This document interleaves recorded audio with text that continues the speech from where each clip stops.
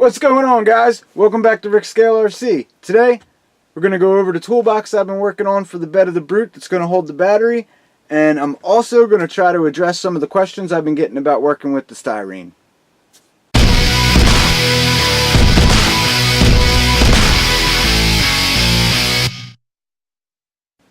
Alright, what's up, guys? So first things first, when you get to your local hobby shop, if they carry styrene, which most hobby shops usually do, you're going to want to go to the hobby shop, that carries the trains and does the train layouts and has all the... That's going to be the hobby shop that's going to be a styrene gold mine. If you go to your RC shop, chances are they may not carry styrene, so you're definitely going to want to find a hobby shop. But when you get there and you find the styrene, first thing you're going to see is they're going to come in sheets. At the hobby shop, this is like a 12 by 18 sheet. This is usually the biggest sheet you can get at your local hobby shop. Sometimes if you talk to them, they can order you bigger sheets, but at my hobby shop, this is the biggest he carries. You can also look online. I've recently been shopping online for my styrene, and I've been ordering packs of it. Well, not been, but I recently ordered my first pack. It's a pack of 10 sheets. They're this size, and I think it's 15 bucks. So at the hobby shop, a sheet this size is going to cost about 15 bucks. So to get 10 sheets for 15 bucks on Amazon, huge money saver. So if you're going to be doing a big project and you're going to need a lot of it, you might want to look into that. Or, like I said, if you don't have a hobby shop that carries it, definitely check out Amazon or online, or there's even, I have a plastic distributor local to me. It's actually in the same town as I live in, and they supply this stuff, and if I wanted to, I could go there and buy 4-foot by 8-foot sheets of it. So there's a few different ways to acquire it if your hobby shop doesn't carry it. But when you find the sheets, you're going to find that there's many different things. I keep 3 on hand. They're the 3 that I like to work with the most. The first one is an 030, real flimsy stuff. Second is an 060. And the third is an 080. Strong, rigid. This is what I built the bed for the Brute out of. Another thing you'll find there is they also have textured styrene. You can buy stair treads. This happens to be diamond plate since I'm building the toolbox for the Brute. Checkered. All kinds of different patterns and textures. So that's something you can look into. And then another thing are these strips. Strips come in really handy. These are 3/16 solid round styrene rods or dowels. This is what I built the roll cage in the Brute out of. Worked perfect. They also have half moon stuff for finishing off an edge.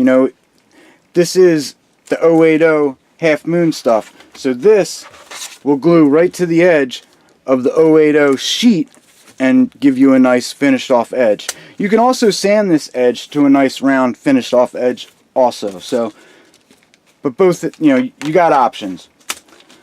Another thing they have are just, squares. These are like 1/4 inch by 1/4 inch squares. These come in handy. You can do whatever you want with them, but at the same time, if you're trying to do a rounded corner, you can do just a butt joint with 2 pieces, make your corner, then you glue this in the backside. At that point, you got plenty of material there to sand and file this into a rounded edge and blend it all in together. So sometimes these strips come in handy just to add in some material. This stuff is also bendable. You can heat it up, slightly heat it up. I like to use a small butane torch.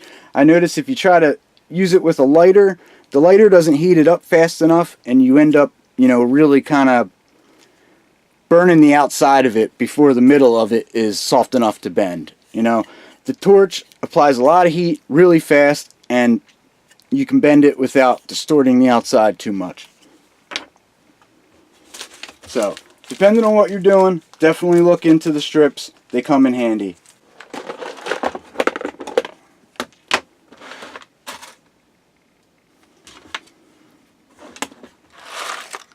I keep all my scraps just in case. You never know when and where you can use a small piece or just a scrap piece. Sometimes you don't want to cut up or cut a chunk out of your big sheet, but I keep all my scraps. As far as cutting it goes, cutting it is real simple. If you guys have ever worked with sheetrock or drywall, it's real similar. You got to score one side of it, snap it, and you're good to go. But what you'll do is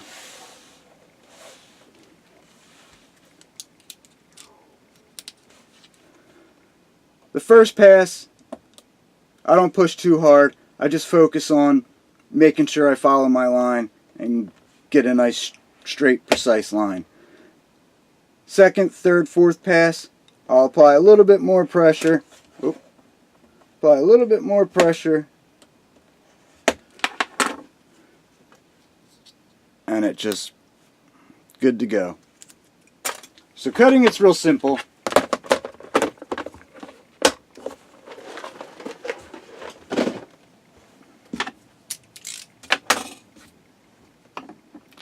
Glues. This is the glue I prefer to choose. This is the glue I prefer to use. The hobby shop carries a few different types. That's just the one I prefer. Plastruct also makes a good styrene glue, or a Plasti-Weld. That's also a great product. This Flexifile, I really like this stuff overall out of the stuff my hobby shop carries. So, you know, don't be afraid to try different things and see what works best for you. They more or less all work the same, but some do work better than others. So don't be afraid to explore different gluing options. I use this on anything structural, anything big, stuff like the bed and the roof for the Brute. I use this stuff.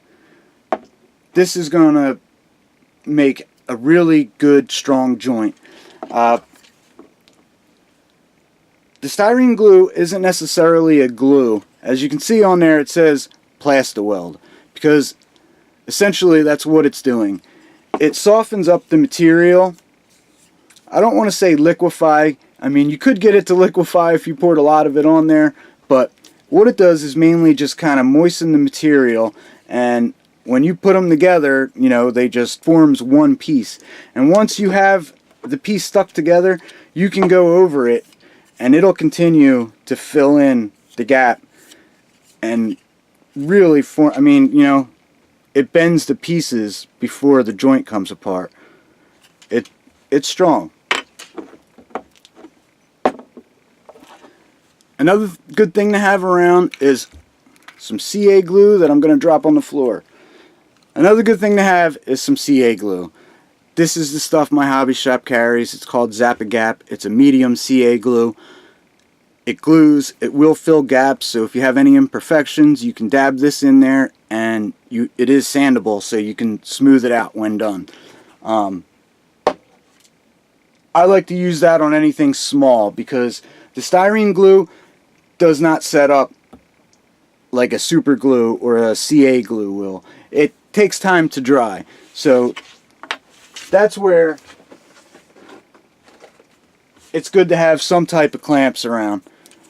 You know, these are cheap dollar store clamps. You can use these. I have bigger clamps for bigger projects. I've even got some mini bar clamps I use. So they're good to have, because a lot of times if you try to do this corner like this, your piece is going to want to keep falling over. So it's good to kind of prop it up, set it up with some clamps, give it a few minutes to set up. Where the CA glue, you know, it's like super glue.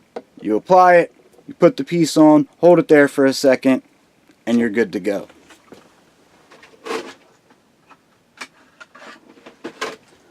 I like to use the CA glue. This is the dashboard that I made from styrene for the blue Toyota.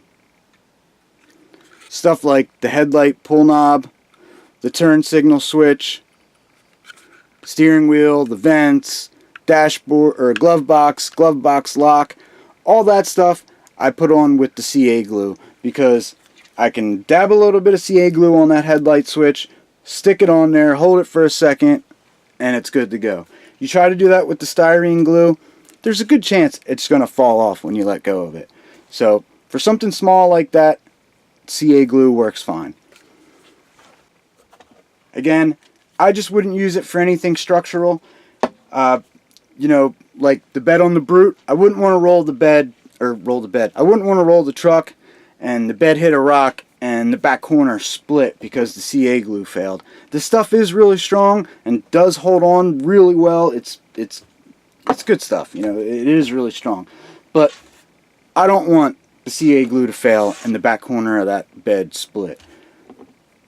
So you want to use the styrene glue on stuff like that. This is going to make it strong and last forever.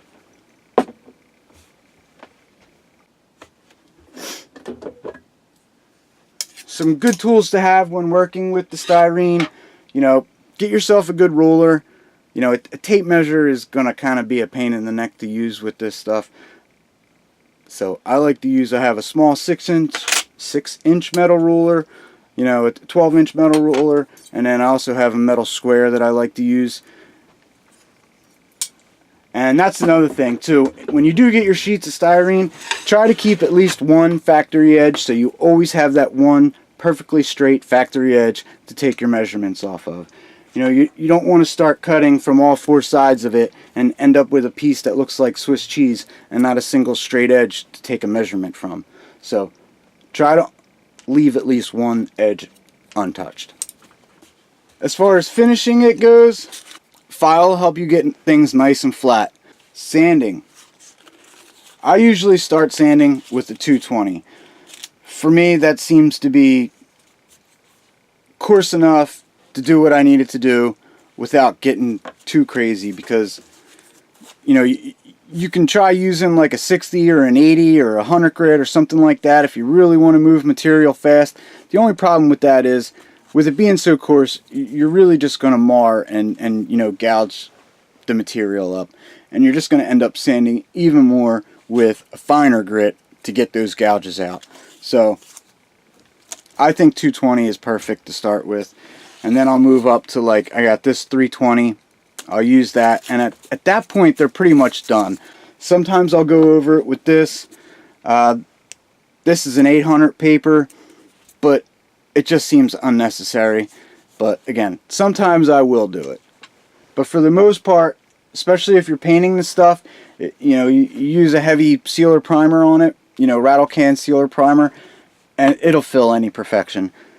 So I got this 2S 5000 milliamp Gens Ace Shorty hard pack for the Brute build. I'm going to be putting this in the bed inside of a toolbox.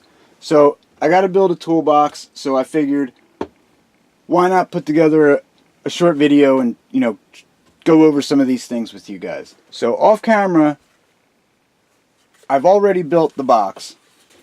There's the toolbox. Lid's going to lift off. Got a cutout here for the battery cable to go through, and I got a couple holes drilled in the bottom of it for mounting it to the bed. To avoid the box being able to bow in or collapse, I glued in the strips. So what they do is the outside walls of the box sit inside this channel that goes all the way around, keeps the box nice, straight, flat, solid. I'm going to start with the toolbox. It's bigger, it's easier. Haven't worked with anything this thin or textured yet, so this is going to be a learning experience for me.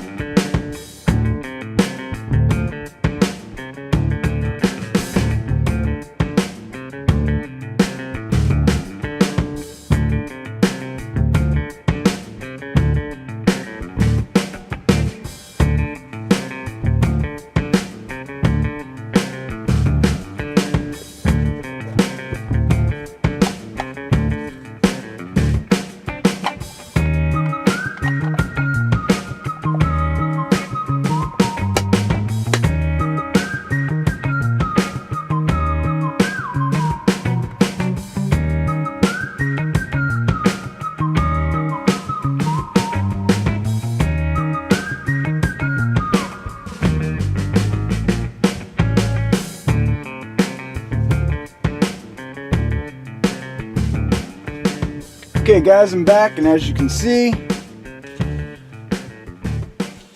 it is the next day. Ended up just getting wrapped up in something yesterday, so I didn't make it back to the toolbox to finish filming. So late last night I came in here and I finished skinning it with the diamond plate styrene. Got the lid and the box all finished.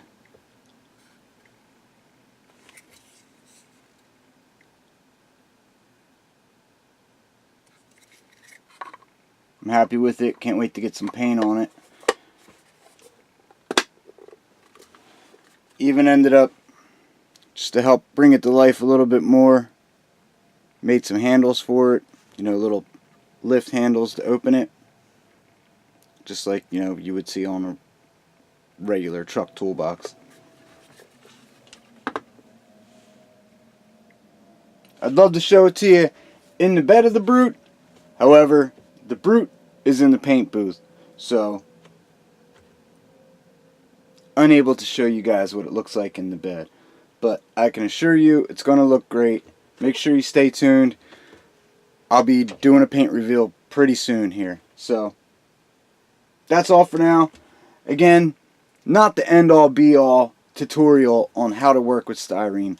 All I was hoping to do with this video is answer some of the questions I've been getting and show you guys the stuff I've learned and taught myself over the last couple years working with it. The glues I like to use up to this point, sanding methods up to this point, cutting methods up to this point.